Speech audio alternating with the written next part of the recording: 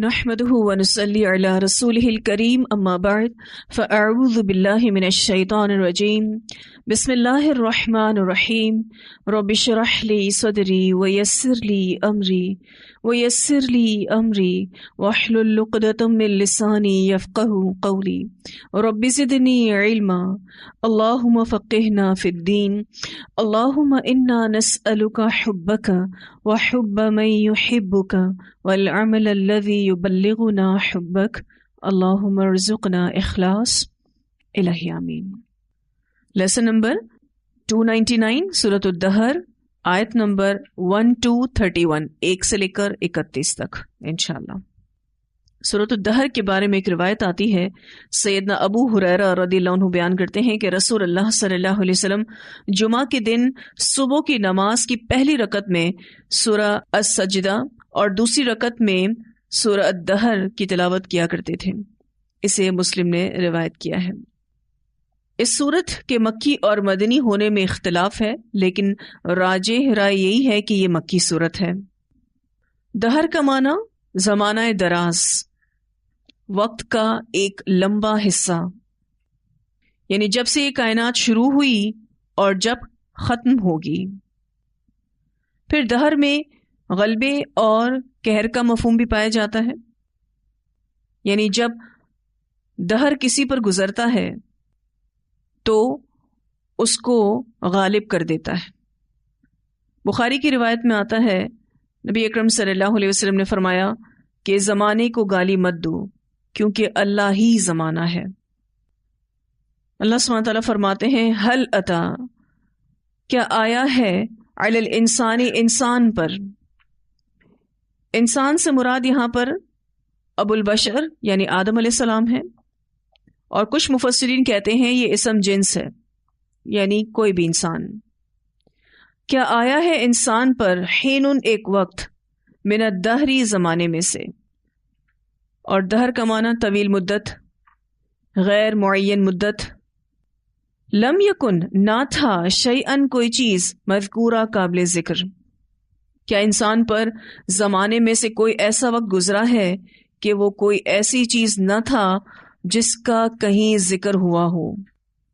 حل بمعنی تحقیق ہے، اور یہاں پر استفہام تقریری ہے، یعنی سوال تو ہو رہا ہے لیکن اس میں بیسیکلی انسان کو کچھ بتایا جا رہا ہے کہ جب انسان مٹی تھا تو اس کا کوئی نام و نشان نہیں تھا، نہ کوئی وجود تھا، اور اس پر کئی اطوار گزرے، یعنی وہ کوئی قابل ذکر چیز نہ تھا۔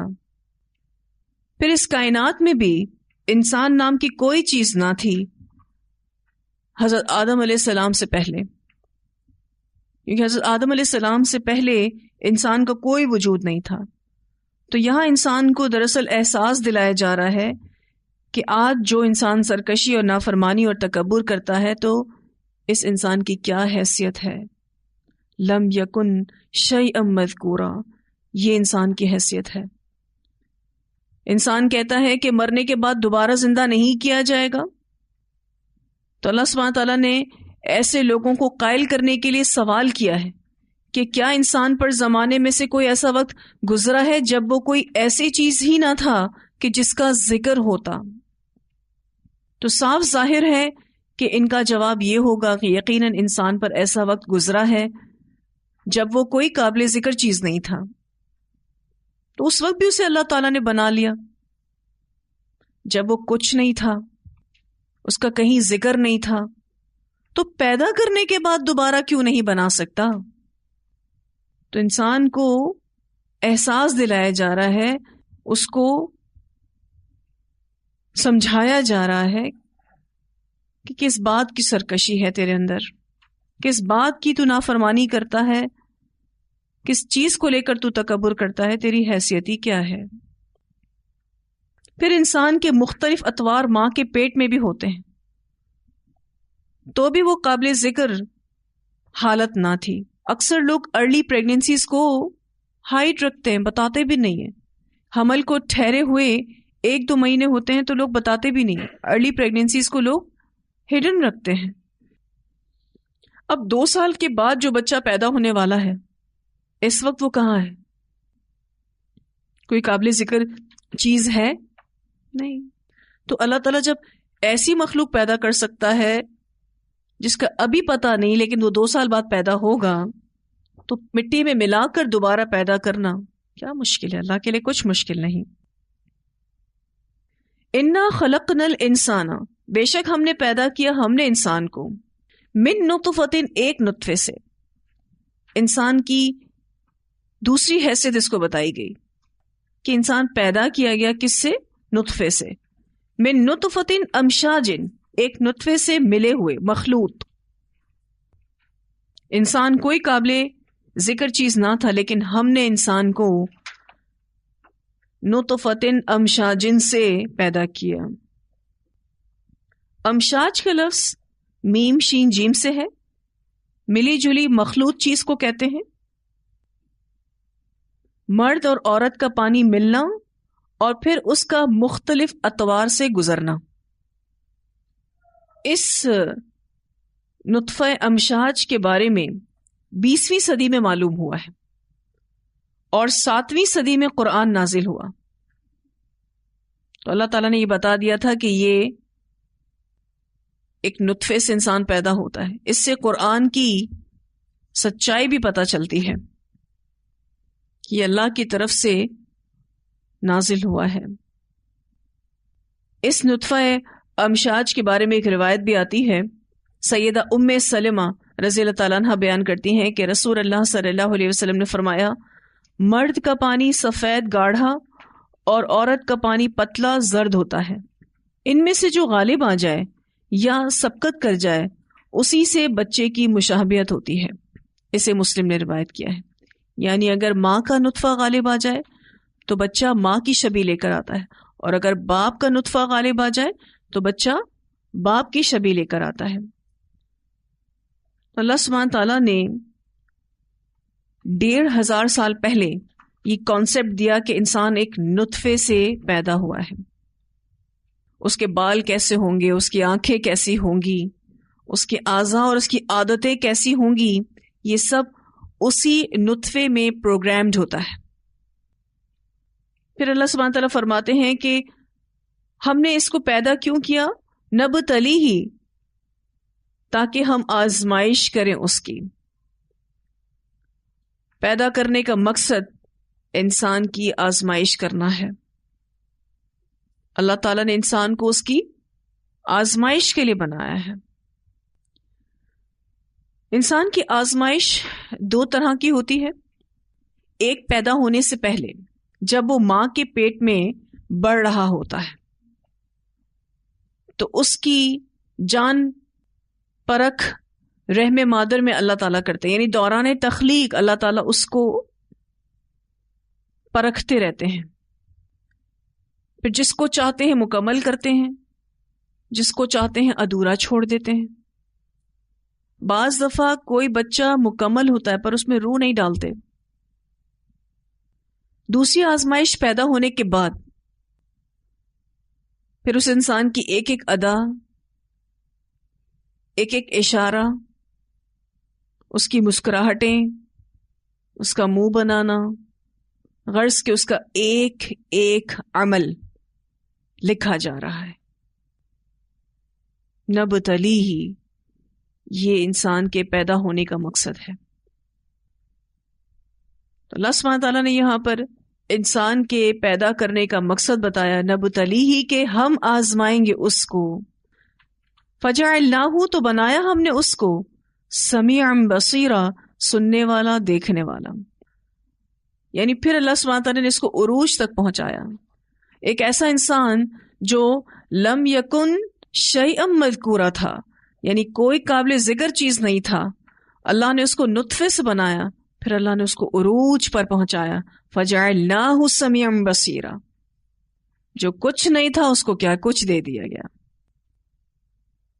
تو ہم سب کا امتحان ہو رہا ہے اس بڑے زمانے میں، اس طویل زمانے میں جو اللہ نے ہم سب کو تھوڑا سا ٹائم دیا ہے، جو تھوڑا سا وقت ہمیں دیا ہے، اس میں ہم سب کی آزمائش ہو رہی ہے کہ ہم کرتے کیا ہیں.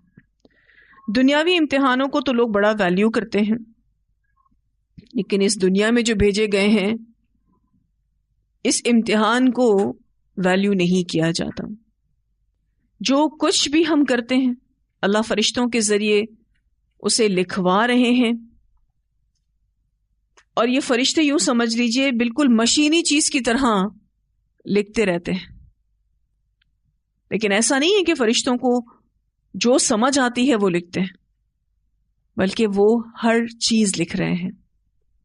اور ہر وقت ہم سب کا امتحان ہو رہا ہے. ہم گھر میں ہیں تب بھی، ہم باہر ہیں تب بھی، ہم عبادت کر رہے ہیں تب بھی، یا اگر فارغ ہیں تب بھی.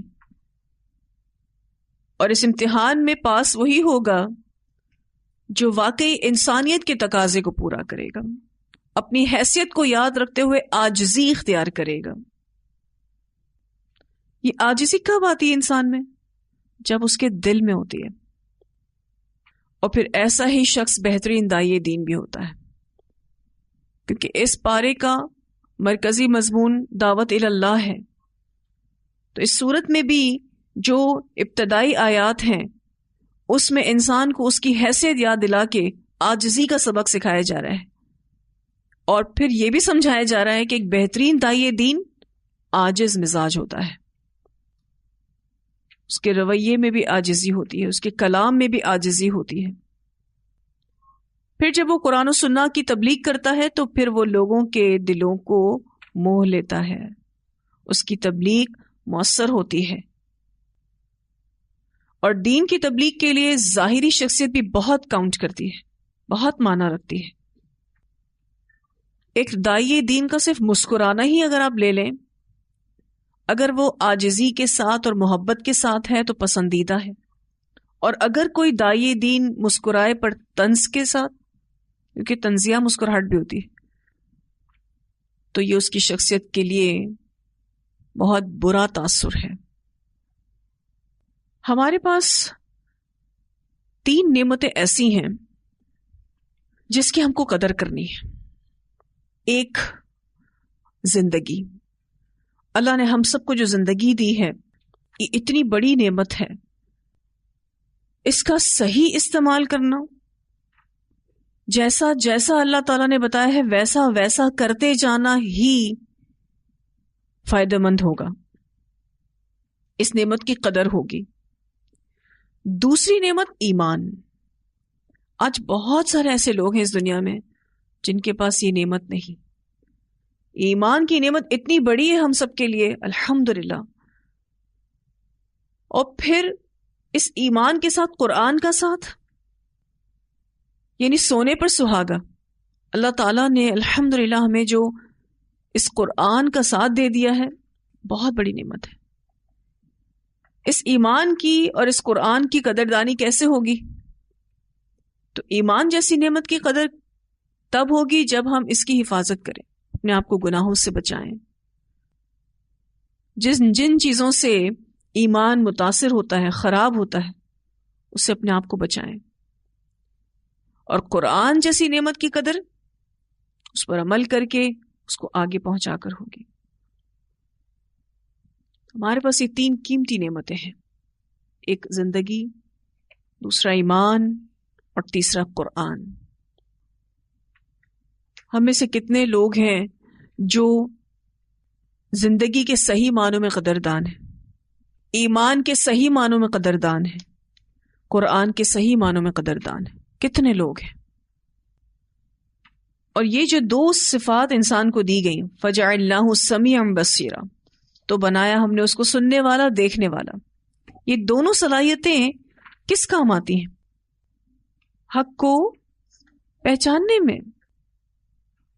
انسان کے اندر اللہ تعالیٰ نے یہ صلاحیت ڈالی ہے کہ وہ حق کو سن کر پہچان سکتا ہے.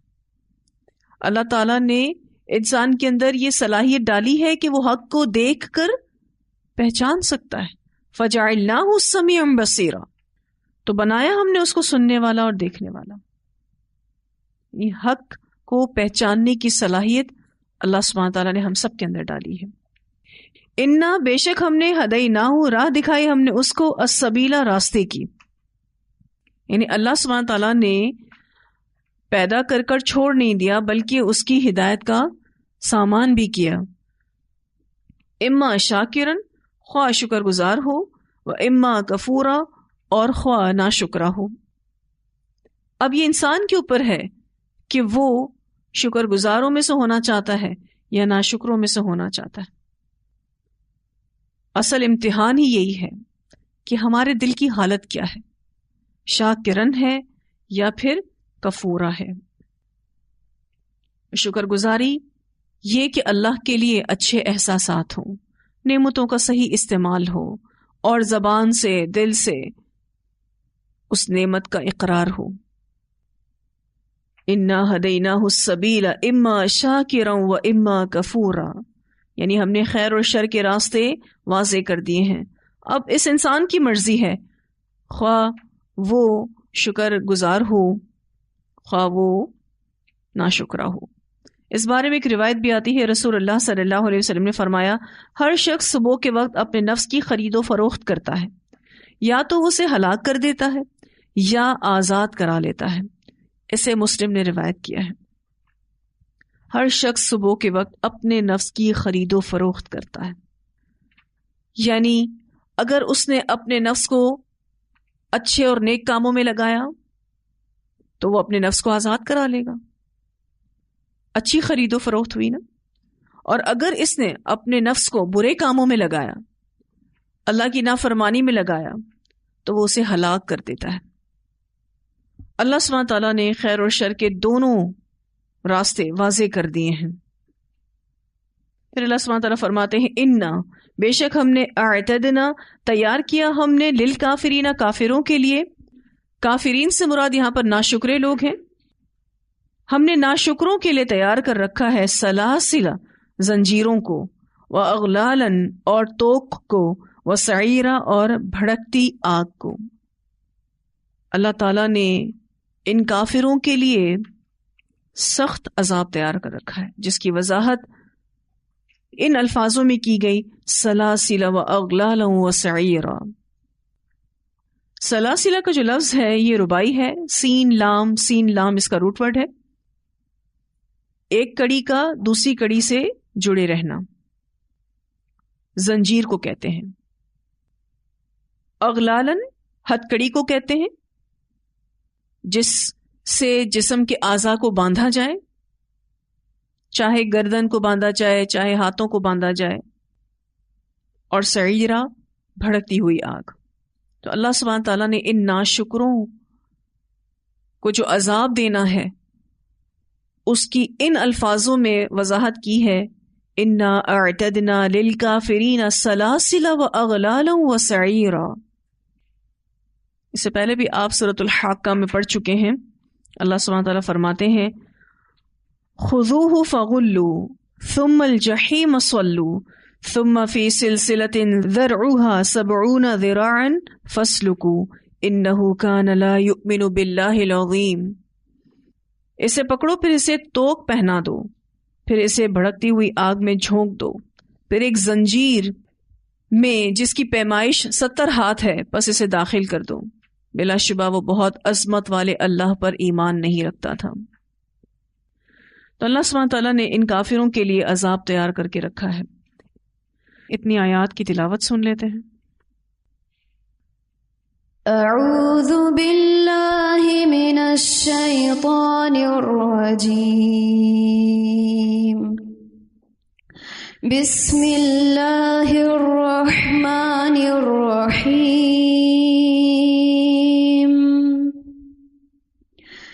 هل أتى على الإنسان حين من الدهر لم يكن شيئا مذكورا. إنا خلقنا الإنسان من نطفة أمشاج نبتليه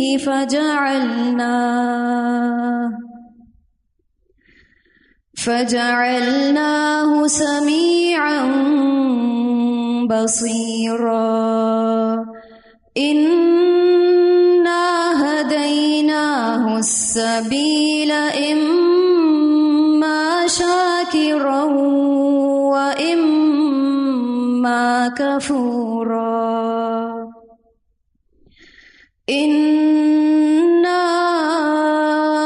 أعتدنا للكافرين سلاسل وأغلالا وسعيرا